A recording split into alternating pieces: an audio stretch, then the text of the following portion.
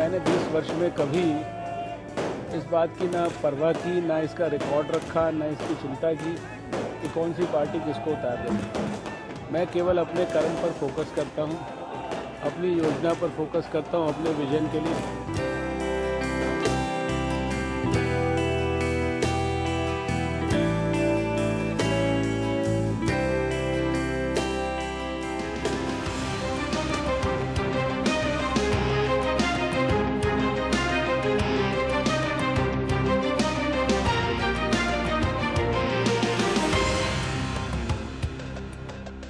नमस्कार, मैं परिमल कुमार। हमारे कार्यक्रम माय नेम इज़ मुख्यमंत्री में आपका स्वागत है। आज उस शख्सियत के साथ हम समय बिताएंगे जो डॉक्टर साहब के नाम से मशहूर हैं, जिनके सिर पर दिल्ली को पोलियो मुक्त बनाने का सेहरा बंधा है और जो भाजपा के मुख्यमंत्री पद के उम्मीदवार हैं। जी हाँ, हम बात कर रहे हैं डॉक्टर हर्षवर्धन की, जिनके घर पर फिलहाल हम मौजूद हैं कृष्णा नगर में। आप देख सकते हैं, यही उनका आवास है।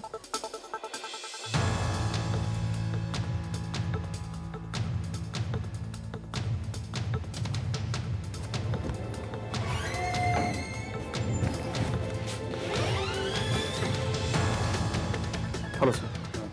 हाँ, नमस्कार। हमारे साथ है डॉक्टर हर्षवर्धन।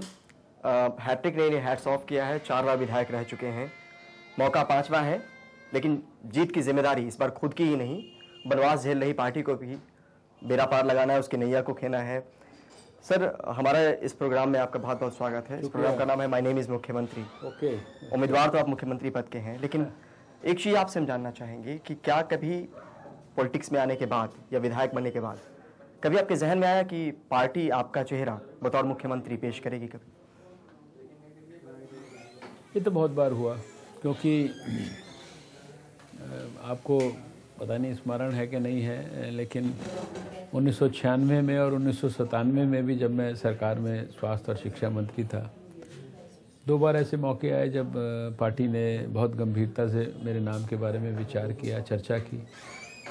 लेकिन 20 वर्ष में मैंने अपनी तरफ से कभी इसके लिए ना तो प्रयास किया, ना मेरे ये पर्सनल एजेंडे पे कभी रहा है, क्योंकि हम लोग राजनीति में जिन महापुरुषों से प्रेरणा लेके काम करते हैं, आज के युग में अटल जी, अडवाणी जी जैसे हों और पहले दीनदयाल जी जैसे लोग, उन सब ने हम लोगों को यही सिखाया है।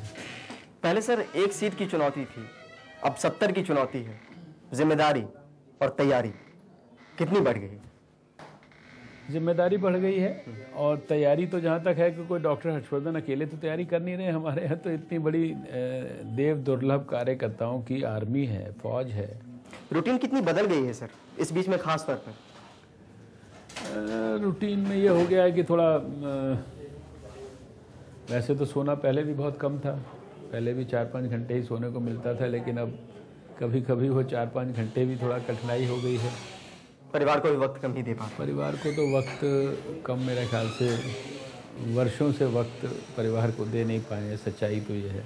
कुछ ऐसी चीज़ जो आमतौर पे जनता को ना पता हो आपके बारे में, खेलों को लेकर रुचि हो, फिल्मों को लेकर रुचि हो? खेल अच्छे लगते हैं अब, लेकिन अब आजकल कहाँ खेलने का समय आता है, मिलता है। बचपन में बहुत खेला है, क्रिकेट वगैरह तो बहुत खेली है। अच्छा, आपने क्रिकेट में रुचि बताई। सचिन तेंदुलकर क्रिकेट के भगवान माने जाते हैं। माफ़ी चाहूँगा, लेकिन आपके एक लड़के का नाम भी सचिन है, तो कहीं ये वहीं से कुछ सोच तो नहीं आई या फिर कोई और वजह थी? अब ये मेरे ख्याल से जब पैदा हुए थे तो उस ज़माने में सचिन शायद सीन पर आए थे, लेकिन मुझे लगता नहीं कि उससे इसका कोई संबंध होगा। इतना मुझे स्मरण भी नहीं। इनका 1988 में जन्म हुआ है और मुझे ख्याल नहीं कि सचिन कब आए सीन पर, उसी ज़माने में आए हैं। लेकिन सचिन एक अच्छा नाम है, इसलिए इनका नाम रखा था। और चाणक्यपुरी में रहते थे तो रात में फिल्म में लेट घुसते थे और जल्दी निकल आते थे। मोस्टली हम लोग नाइट शो देखने जाते थे और डॉक्टर साहब इतना थके होते थे, क्योंकि डॉक्टर साहब को अपने काम से बहुत ज़्यादा लगाव है। सुबह से रात तक बस उन्हें काम के सिवा कुछ नहीं सूझता। तो जब हम रात को पिक्चर देखने जाते हैं, अगर पिक्चर अच्छी हुई तो डॉक्टर साहब देखते हैं, वरना सो जाते चुनाव का समय है, वक्त हर किसी को चाहिए, तो फिलहाल इसी बीच में से वक्त निकालकर हर किसी को इंटरव्यू देने का जो समय होता है वो निकाला जाता है और उसी की वानगी आप देख सकते हैं। लोग कतार में खड़े होते हैं, इंतजार में खड़े होते हैं। दूसरी तरफ अगर आपको दिखाना चाहें तो जो घर है डॉक्टर साहब को फिलहाल मानो कि दफ्तर में तब्दील हो गया है। चुनाव की पूरी रणनीति तैयारी घर में चल रही है। यहाँ पर भी आप देख सकते हैं कि ये जो तैयारी है वो यहाँ भी चल रही है। मैडम आपसे समझना चाहेंगे क्या चल रहा है यहाँ पर? नीचे तो है ही दफ्तर डॉक्टर साहब का, लोग आते हैं फरियाद। मैनिफेस्टो चल रहा है। देखिए बहुत सामान्य जीवन है डॉक्टर साहब का। अगर आप यहाँ भी देखना चाहें तो बहुत सामान्य सी टीवी आपको दिखेगी, छोटा सा घर है, माता जी है यहाँ पर स्नेहलता गोयल जी। आपसे समझना चाहेंगे कि आप भी देख रही हैं इन चीज़ों को, बहुत लंबे समय से अनुभव कर रही हैं, 4 बार विधायक रह चुके हैं।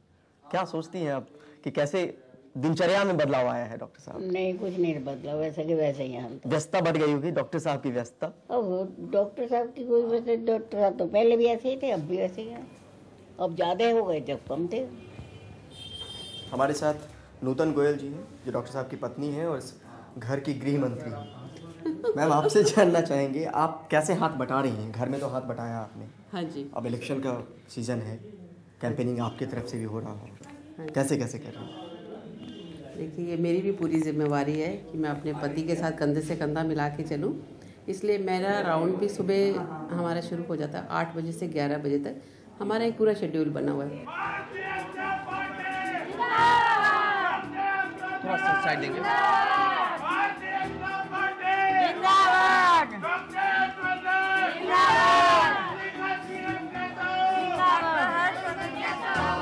सचिन आप कैसे पापा का हाथ बटाते हैं? मैं बस आजकल पापा के साथ हूँ। मेरे जिस दिन पापा डिक्लेयर हुए थे उस दिन मेरा एग्ज़ाम भी था, तो I got free for a month. किस तरह से सपोर्ट करते हैं, किस तरीके से उनके काम को देखते हैं? हर किसी का काम बटा हुआ होगा। मैं उनको थोड़ा बहुत कुछ मेरे से वो बात कर लेते हैं, सजेशन दे देता हूँ, ऐसे कुछ ज़्यादा कुछ ऐसा कुछ नहीं। मैं एक मॉरल सपोर्ट के लिए मतलब मैं क्योंकि ज़्यादा कुछ कभी उनसे मिलना जुलना हो नहीं पाता। हमारे एरिया में नहीं आता है, ठीक है? तो जब ये नसीब सिंह के पास चले जाइए, वो बना के दे देंगे। एरिया को विधायक लिखता है। हम फिलहाल डॉक्टर साहब के कार्यालय में हैं जो उनके घर में ही बना हुआ है। यहाँ पर लोग हैं जो इनके इलाके के हैं, वो अपनी फरियाद लेकर आते हैं, अपनी परेशानी लेकर आते हैं और उसकी यहाँ पर सुनवाई होती है। आज तो आप कह रहे थे इतनी व्यस्तता बढ़ गई कि आपने विश करना भी भूल गए जो बिटिया के exam. I felt so sorry. मेरी बिटिया खड़ी थी और मैं सोचा क्यों खड़ी है। वो कह रही मेरा पापा एग्जाम है, आपने मुझे अभी तक विश नहीं किया। She was only waiting for that. वो ज़बरदस्ती मुझसे विश लेके गई।